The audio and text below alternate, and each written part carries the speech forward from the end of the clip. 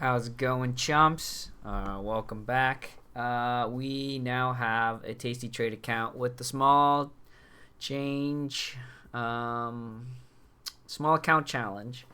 And as far as I'm concerned, I've learned the hard way. Even though we're with Tasty Trade now, we still have sort of the same kind of complexity, or the same sort of restrictions, rather, that any other brokerage would have, and I kind of learned the hard way on that aspect.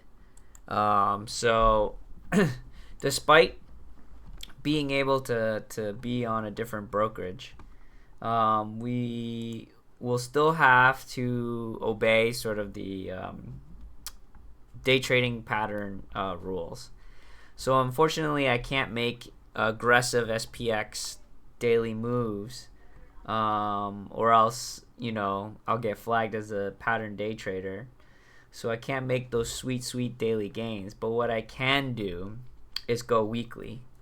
So we will aggressively use our favorite lower sort of price. Keyword lower is not as low as it used to be. Sort of high volatility, but high volume sort of trade. And then we're gonna go with Soxel, and we can do a 2-day or we can do a 9-day kind of position. Today is sort of the first day of Powell. Please excuse sort of the flickering that's going on with this. I'm actually mining crypto in the same time, so as recording this.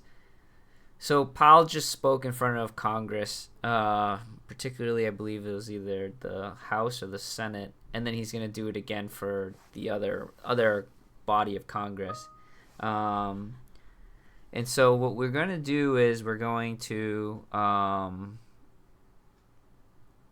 sort of kind of play the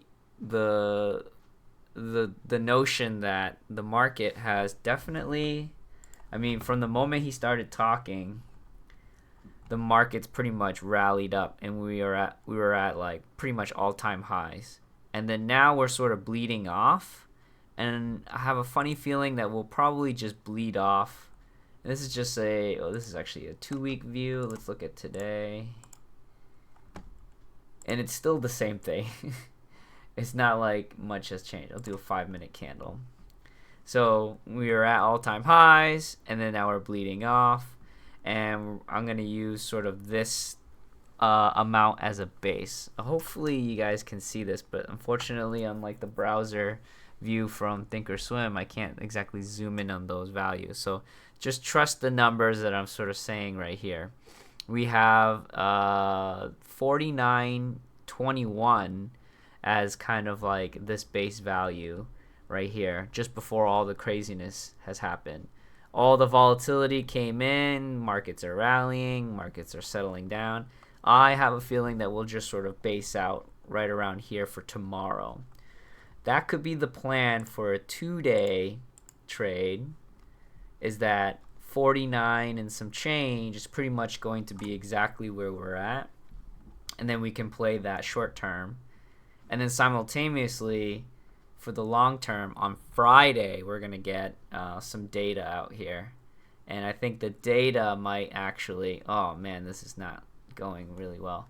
The artifacting is real, and so I'll restart the computer on the next recording. But the same plan. If it's a 2-day trade, then we'll probably put on one trade to basically take advantage of the spike in volatility, and then we'll do a 9-day trade to do the same thing, but give ourselves a lot of wiggle room. So I think one trade might make the most sense, just to kind of feel out sort of the shift in gears of like how fast things are decaying and how slow things are decaying. Either way, we can take advantage of the weekend as well, and we can give ourselves sort of like a safe base to do so. So my idea is that if everything is going to pretty much just go as normal to plan, as people are digesting sort of what Powell has shared with the Senate, the Congress, and two things to note of the things that he said. One is that FAIT, FAIT, which is the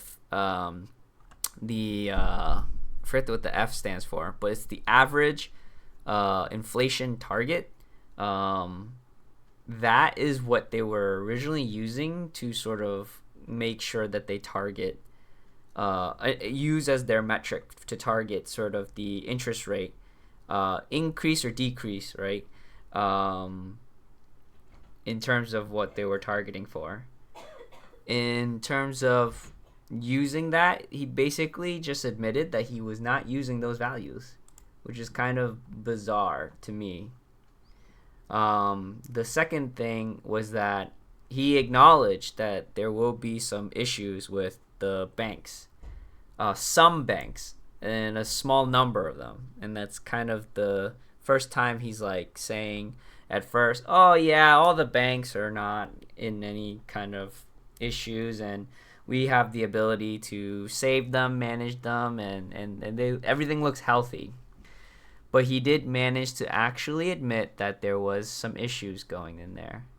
So now I'm thinking, okay, there might be some volatility as people are digesting that information. And once people realize what he actually meant was that, one, and what does those two things mean if you needed to know, is that with FAIT being kind of out the window and him just basically aggressively holding interest rates as they are, maybe even increasing, that's his prerogative to just basically do so without really data, in a sense. I think he's looking for data, but he's looking for the concrete, what is the interest rate happening right now in front of me, versus FAIT being kind of like an estimate, saying as long as we're in this trajectory and in this sort of period, because inflation has kind of moved down towards that target, that average, it's not good enough for Powell.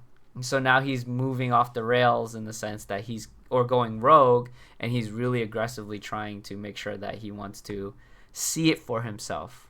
I don't blame him in that situation, and I understand why he would have that kind of sentiment. So I think that's sort of like the tone that he's given off, and that he's sticking to his guns there. So what does that leave us right now? We're in sort of a tumultuous position as to, do we even want to put in a multi-day trade? Now with, what's it called? 0 DTEs on SPX, it didn't matter. You trade what the market gives you. But sadly, there's kind of uncertainty in the horizon, and that is a factor for any options trader. But the problem is that the shorter term durations matter more than anything else. If I were to trade a typical 44-day trade here, I have a lot of options to be able to just move positions out in longer time durations, and then just kind of wait for things to just sort of settle. In essence, yeah, like if I wanted to do the small account challenge the same way that it was intended, I could, and I'm very comfortable in doing so. But that also means that there will be less videos, there will be less action, there will be less sort of like, did I nail it, did I didn't, and then what did I learn from this? I do this all the time, and it's a decent, steady moneymaker. Problem is that it takes time. 30 days out, 45 days out, an update video would happen like once every week, and that's not exactly as exciting. So I'm gonna have to go with my guns here and sort of say, all right, if we're gonna do this, we're gonna do this the right way. And I'll probably go ahead and just commit to doing a 9-day, and then take it off probably on Friday, and capture the theta decay from here. So the gains are not going to be as aggressive and as impressive as the SPX trade, or any SPX trade, but the difference is that there is probably more safety. I wouldn't call it safety, but definitely more calibrations that need to be made. So what I have here is actually sort of an off canter iron condor. So if you look at it here, let's hit analysis. Where's my analysis? There we go. Oh, that's not gonna go so well. And yeah, the bugginess is definitely not the platform. It's just my video card, literally, like, you know, screaming at me saying, why do you overwork me? And so yeah, we have here a broken wing iron condor, and yeah, let's see if we can tighten this baby up. So essentially what I'm thinking is that doing market things, it rallies. I'm pretty safe in the sense that the maximum loss that I could take, oh man, that's not good. I can't even look at that area. Okay, the maximum loss that I could potentially make would be roughly, it shows it right here, negative $15. So if it somehow in the span of how many days? 9 days the price moves above $55, then yeah, I'm looking at a pretty bad loss there. But the market tanking is not necessarily kind of, I wouldn't say it tanks, but the price correction happening at 44 makes more sense than it does mooning to 55. If it does moon to 55, I don't think it's going to do it in such a short time frame. And if it does, I'm out $18 now, versus a full whopping 300 and some change. I could make the wings on this iron condor pretty even and then just play for decay. But then the total sort of profitability is actually pretty low too. $40 versus a loss of $60, so it's like a 1-to-1 trade. And then I could just probably layer multiple positions on, which kind of makes sense actually. So maybe I'll do this. Let's make a compromise. Each trade will net me max profit of $60, $59 to a ratio of $41 up on the upside, or $140.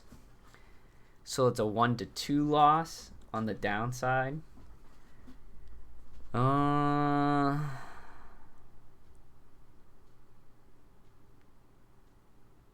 Yeah, and then I'll just do multiples. So I'll increase the quantity to 2. So this will be $124 times $124 max profit. This is a 9-day trade. And if it moves anywhere between here, I can still profit. If it explodes and blows me out, well then the max loss is $76. If it pulls back and we start declining really heavily, max loss would be $272, but I'll be managing it, so there's no way that I'll really let that one sort of just go and eat itself.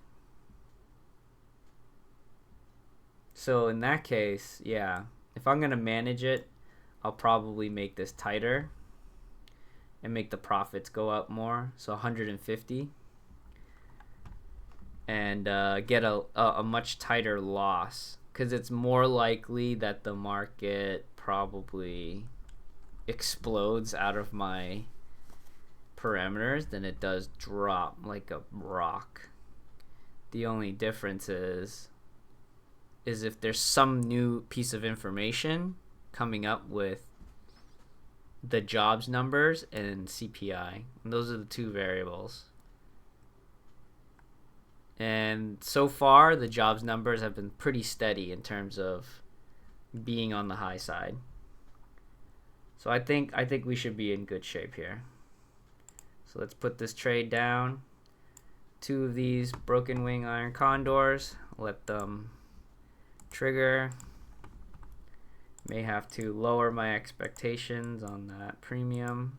So 160. That should trigger soon, and of course it doesn't. Iron condors are kind of hard to fill, and on Soxol, there's not as much liquidity as the SPX. The SPX filled instantaneously because there's just like hundreds of millions of those orders. Soxol is probably going to have a little tougher time kind of doing that. Yeah. Also depends on the direction of where Soxol is going to. Seems like without it bleeping on us, it's gonna rise up. Remember, it found that base. It actually just wicked right at that base level that I just talked about, so a little bit above it, but that's kind of the idea, that the position was gonna move up. And as it's moving up, the credits seem to be increasing for it, so I don't see why I can't get the fill.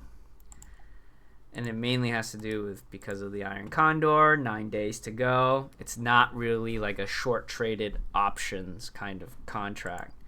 Usually those contracts are dated for like 21, 22 days out and higher, and you're going to get more volume and liquidity. I think I should have just went with 80 and I would have got filled, but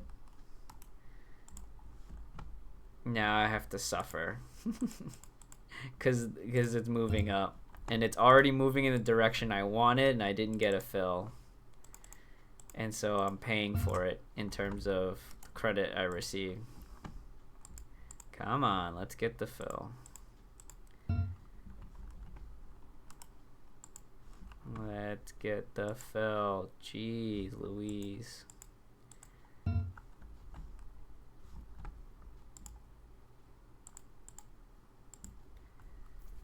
Let's take a look, see. That's a 5-minute candle. Let's look at the 1-minute candle. All right, it's gonna maybe, basically I have to chance the fill on a pullback down. So once that pullback happens, then I can probably get the fill. I'll probably scoot my price target back up to 80 and leave it. Once I get the fill, you'll see it in the next video. Don't want you to sort of suffer with that. All right, see you in the next one.